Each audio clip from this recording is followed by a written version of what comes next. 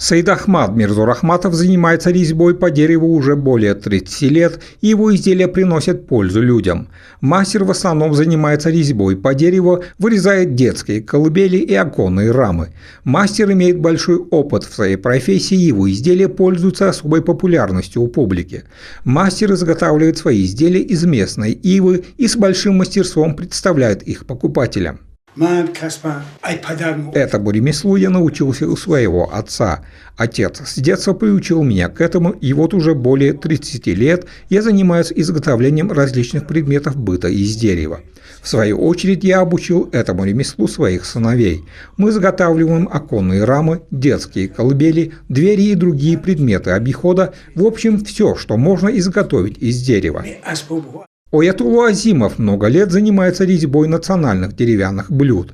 Этот мастер изготавливает свои изделия из местных ивовых деревьев.